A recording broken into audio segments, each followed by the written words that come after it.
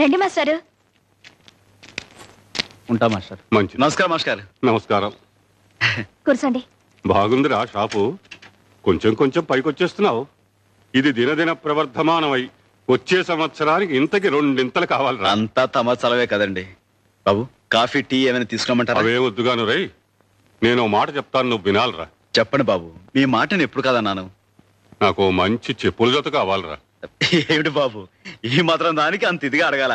ఉండండి తీసుకొస్తాను. ఏమే గంగా, ఏమంటున్నాడు చిన్నగాడు? బాగా అలరిసేస్తున్నాడు. ఏది మాస్టారు, కాళ్ళ పెట్టండి. చాలా బాగున్నాయిరా. బాగా నొప్పాయండి. ఇందా. అబ్బాయి ఉంచండి మాస్టారు, మీ దగ్గర డబ్బులేంటి? వద్దు ఉంచండి. ఇప్పుడే కదరా మాట ఇచ్చావు, నా మాట వింటాన్ని.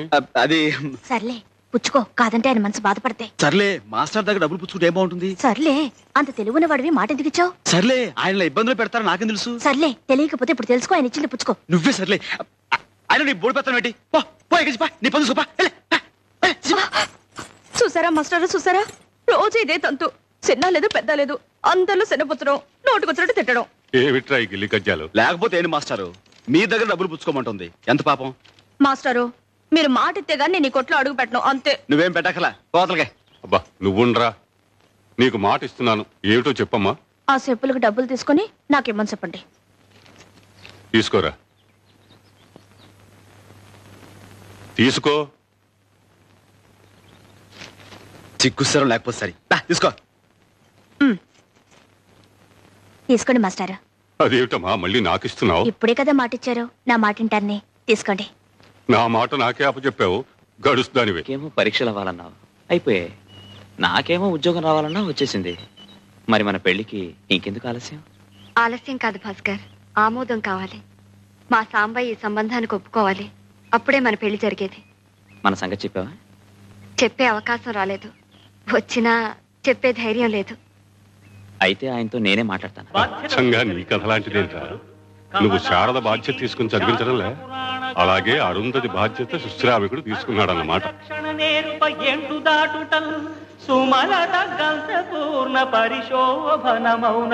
సాంబయ్య లోపల ఉన్నాడా గంగా? అవును, చూసి విప్పేయండి.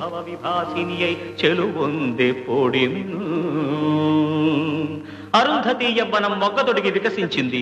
ఆమెను చూచిన సుశ్రామికుడు, ఈ మదవతి నేనే ప్రోదినిడి మలిచిన తీవియా పూలు పూయగా. అనుకోకుండా వచ్చేస్తా. భాస్కర్, సాంబయ్య అని చెప్పానే వీరే. నమస్కారం అండి. ఈయన నాతో పాటు కాలేజ్ లో చదువుకున్నారు. కానీ అతని ప్రేమ సంగతి తెలియని అరుంధతి తాను మనసిచ్చిన వశిష్ఠుణ్ణి వెంటనిడుకుని తమ వివాహానికి అనుమతి కోరడం కోసం సుశ్రాముకుని వద్దకు వచ్చింది. అవునండి, ఈ విషయం మీతో చెప్పడానికి శారద సిగ్గుపడుతోంది. మేమిద్దరం ప్రేమించుకున్నాం, మీ అనుమతితో పెళ్లి చేసుకోవాలని నిర్ణయించుకున్నాం. అతడు చంద్రుడు, చంద్రిక ఆమెయనగా, ఆమె రససిద్ధి భావము అతడుగా, ద్వైతమద్వైతమై ముక్తి దాల్చనచట. ఇంత సంతోషమైన మాట చెప్పడానికి సిగ్గెందుకు? ముక్తి దాల్చనచట.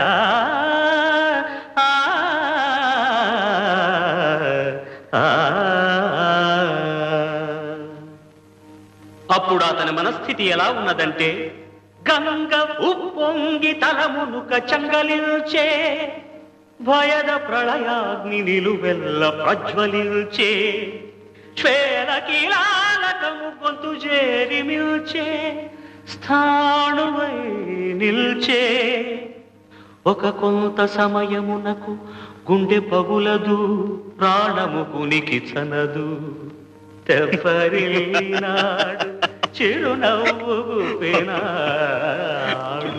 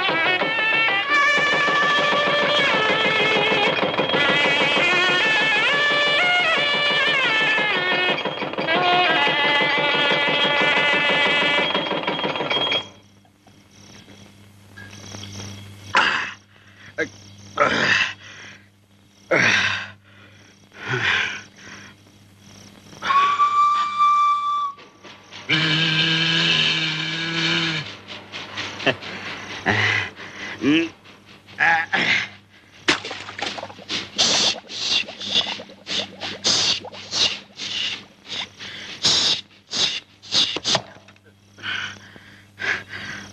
భార్యాభర్తలు ఇద్దరు ఒకళ్ళ పక్కన ఒకళ్ళు కూర్చుని అలా రైల్లో వెళ్తా ఉంటే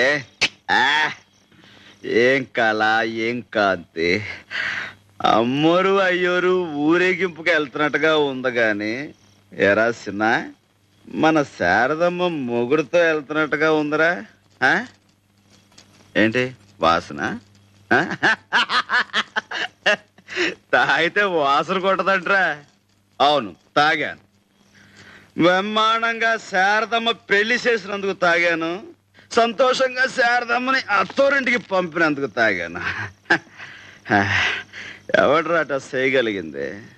మగాడు ఎవడైనా ఉంటే రమ్మన. నాకు జరిగిన విషయం దిగమింగాలంటే మామూలు గుండె సాలుద్దా? అదంతా తట్టుకుని ఆగుద్దా? శారద ఏంటిదంతా? శారదాని అట్టా ఇట్టా చూసుకున్నానా?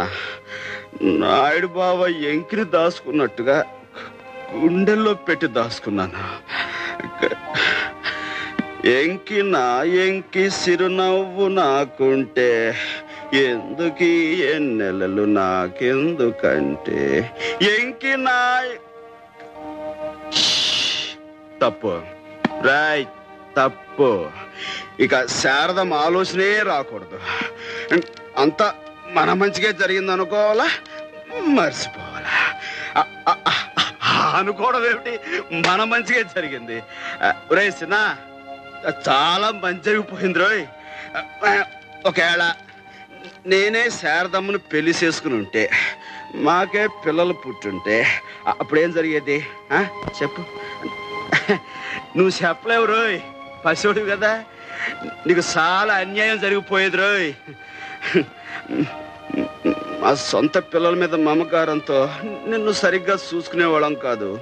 అప్పుడు నువ్వేమో దిక్కులేని వాడివి అయిపోయేవాడివి, నాకేమో మా చెల్లికి ఇచ్చిన మాట చెరిగిపోయి ఉండేది. క్షణంలో చాలా ఘోరం జరిగిపోయేది రోయ్. స్వామి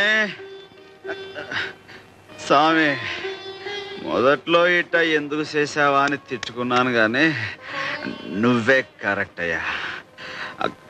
ఆ పశువుని మనసులో పెట్టుకుని నా పెళ్లి సంగతి నేను మర్చిపోతాను, నువ్వు కూడా మర్చిపో. కాకపోతే ఆయన్ని తల్లిగా సాకే ఆడదిక్కుండదు, నాకు తోడు నీడగా ఉండే పేళ్ళ ఉండదు.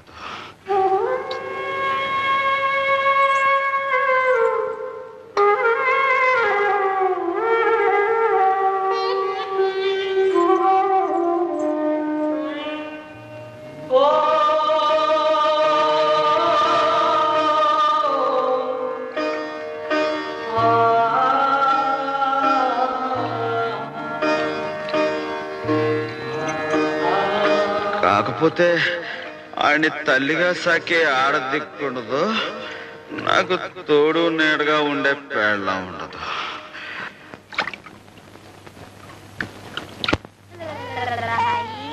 ఏటే ఎక్కడున్నావేంటి? గంగమ్మ ఆపరేషన్ కని వచ్చింది. ఆపరేషనా? ఏం ఆపరేషన్? తనకి పిల్లలు పట్టకుండా ఆపరేషన్ చేయించుకుంది. అదేంటే? సాంబయ్యని పెళ్లి కొప్పించడానికి అదొక్కటే మార్గమని, తనకి పిల్లలంటూ లేకపోతే ఇహ ఈ బొట్టడికి ఏం అన్యాయం జరుగుద్ది, అందుకని పాపం.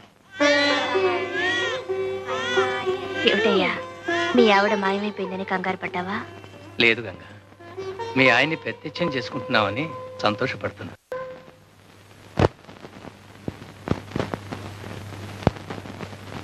బొట్టు అంటే పెట్టాల్సింది ఇక్కడ, మొహం అంతా కాదు. ఊరికే అట్ట తుడిచేసుకోమాకయ్యా, తప్పు. ఎందుకని? వీళ్ళెవరే?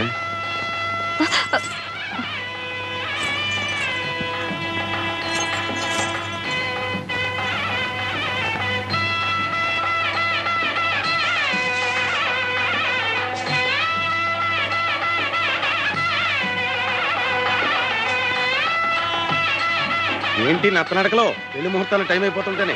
పదండి పదండి పదండి. మంగళసూత్రాలు ఎవరు తెస్తున్నారా? మాస్టర్ తీసుకొస్తున్నారు కదా. నేను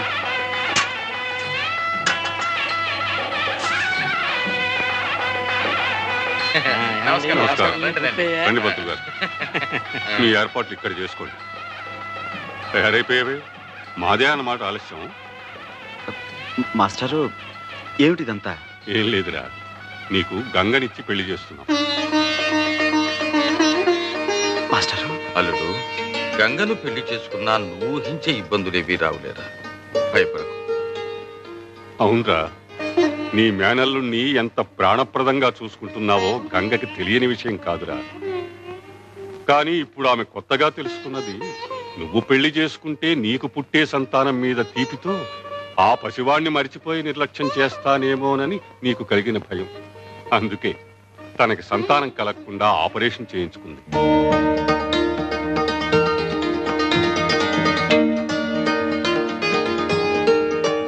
ప్రతి ఆడది గృహిణి కావాలని కోరుకుంటుంది.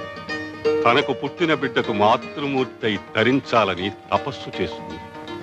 కానీ గంగ చేస్తున్న తపస్సు నీ శరీరంలో సగభాగం కోసమే కాదు, తనకు పుట్టని ఆ పసిబిడ్డకి తనే పూర్తిగా తల్లి కావాలని, ఆ అర్హత నీతో పొంది తరించాలని.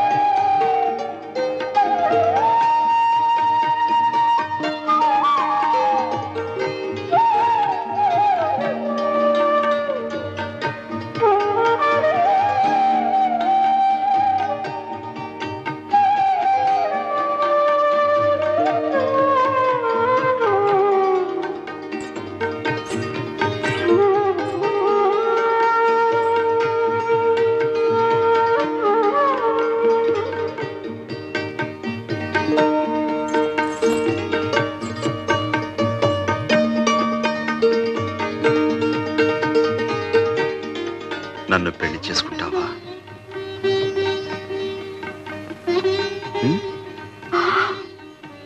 అట్ట సోడు మాకయ్యా.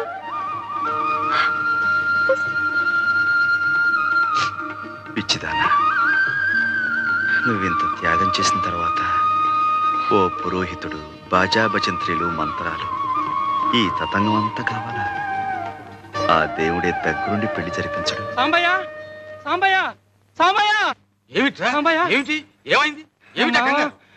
సాంబయ్య, గోవింద్ గారు కొట్టు నిప్పంటించాడు. అర్థం వచ్చిన వాళ్ళందరినీ నరికి చంపేస్తానని బెదిరిస్తున్నాడు.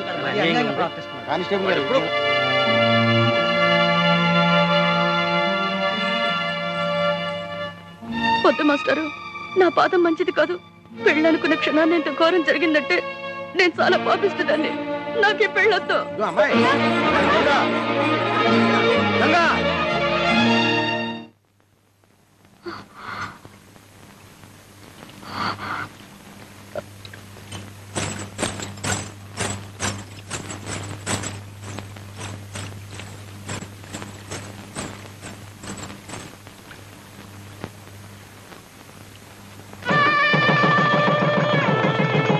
దీర్ఘాయుష్మాన్ భవ.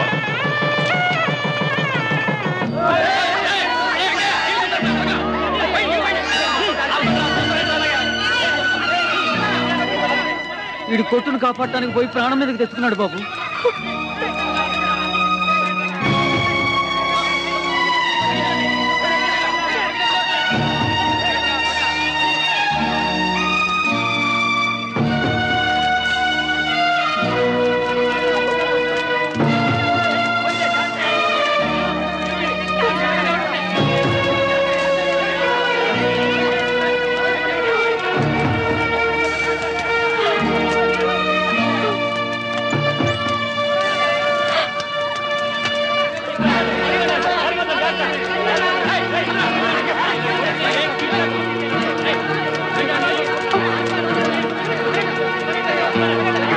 వదలండి రా.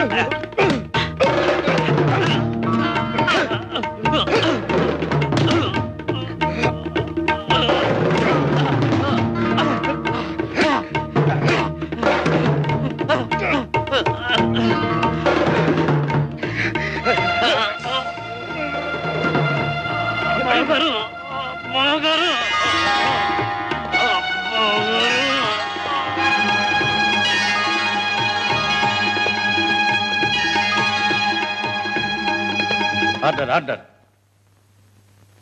పెనుమర్తి గోవింద్ అనబడే ముద్దాయి ఉద్దేశపూర్వకంగానే సాంబయ్య కొట్టు తగలబెట్టాడని, సాంబయ్య కొట్టులో పనిచేసే భద్రం చనిపోవడానికి కారకుడు గోవిందేనని సాక్ష్యాధారాలతో నిరూపించబడింది. కాబట్టి ఐపీసీ 436 సెక్షన్ ప్రకారం ముద్దాయి గోవిందుకు 9 సంవత్సరాలు కఠిన కారాగార శిక్ష విధించడమైనది.